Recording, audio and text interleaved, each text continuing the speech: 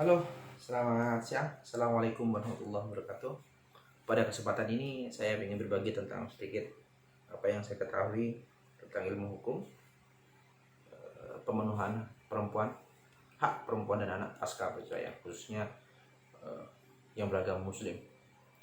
Sebagaimana kita ketahui bahwa seseorang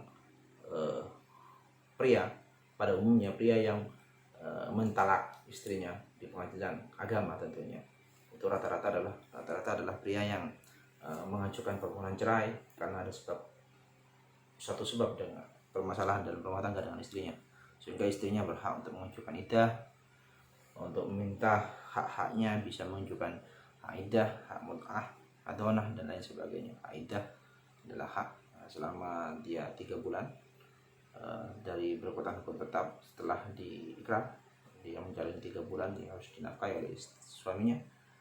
Hak mut'ah adalah hak pemberian dari suami kepada istri, hadiah. Sedangkan hadonah adalah hak ketika dia punya anak, dimintakan hak kepada suaminya yang dibayar per bulan.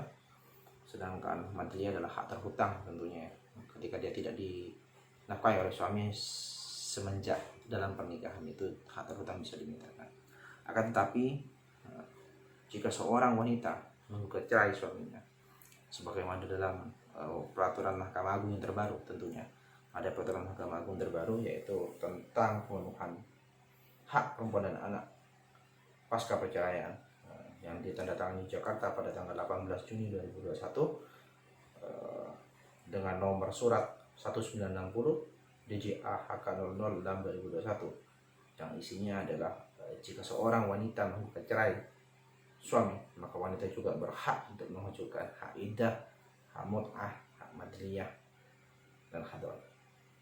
Kenapa wanita berhak untuk memintakan hak iddah dalam gugatan terhadap suaminya? Karena pasca putusan dari hakim berkekuatan hukum tetap, wanita yang mentalak suaminya, yang menceraikan suaminya, yang menggugat suaminya, itu juga harus dinafkahi oleh suami selama dia iddah.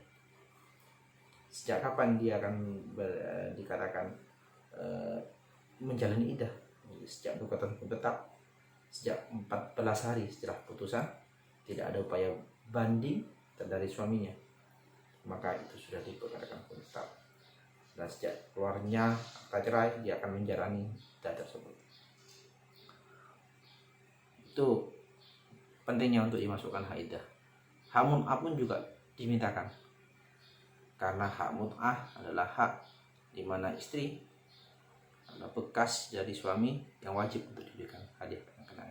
Jadi dia berhak untuk memintakan hak iddah, hak mut'ah, hak madliyah, dan hadonah dalam gugatannya, sebagaimana dia bertindak sebagai termohon. Walaupun dia bertindak sebagai penggugat dalam gugatan cerai gugat, dia juga sama dengan bertindak sebagai termohon dalam gugatan cerai. Jadi tidak ada bedanya. Jadi memang dalam surat edaran tersebut secara sistematis diatur tentang pemenuhan hak perempuan dan anak, agar perempuan pasca bercerai dengan suaminya, yang menggugat suaminya, itu juga terlindungi hak-haknya, sehingga apa yang merupakan wajib hak yang harus dia terima, itu harus diterimanya, seperti itu.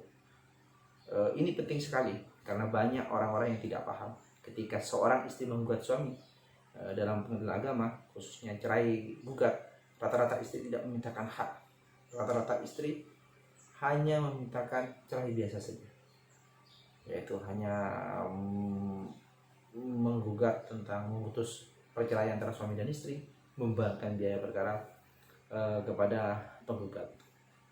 Dan disayangkan sekali ketika seorang istri menggugat suami tidak memintakan hak-haknya, karena hak tersebut adalah hak yang wajib didapat oleh istri. Oleh karena itu perlu sekali sosialisasi tentang pemenuhan hak perempuan dan anak ini pasca perceraian. Terlebih jika seorang istri mempunyai anak, maka tanggungan anak itu baik dalam cerai gugat maupun cerai talak adalah tanggungan dari suami, sehingga suami berhak membayar atau memberikan nafkah per bulan terhadap anak itu pasca putusan. Dan apabila suami ingkar terhadap putusan itu, maka pihak istri bisa melaporkan hal tersebut, perbuatan ingkarnya suami tersebut karena tidak mematuhi putusan dari hakim pengadilan agama tersebut ke Kepolisian Republik Indonesia, tempat di mana mantan istri tersebut berada. Karena seorang laki-laki, seorang suami yang sudah bercerai dengan istri dan tidak menafkahi anak, sedangkan putusan pengadilan menyatakan bahwa anak tersebut harus dinafkahi oleh istrinya, anak tersebut harus dinafkahi oleh suaminya, mantan suami, maka suami yang lalai itu bisa dilaporkan dengan undang-undang kekerasan dalam rumah tangga terhadap penelantaran anak. Jadi sangat sekali mendukung terhadap pemenuhan hak perempuan dan anak pasca perceraian, sehingga apapun alasannya jangan sampai hak perempuan dan hak anak itu terabaikan karena sebuah gugatan dari istri terhadap suami. Mungkin itu aja sementara dari saya, semoga bermanfaat. Di lain waktu bisa kita sharing kembali, dan bila ada yang perlu dipertanyakan oleh teman-teman dipersilakan dipertanyakan, mungkin saya bisa menjawab. Terima kasih. Assalamualaikum warahmatullahi wabarakatuh. Selamat siang.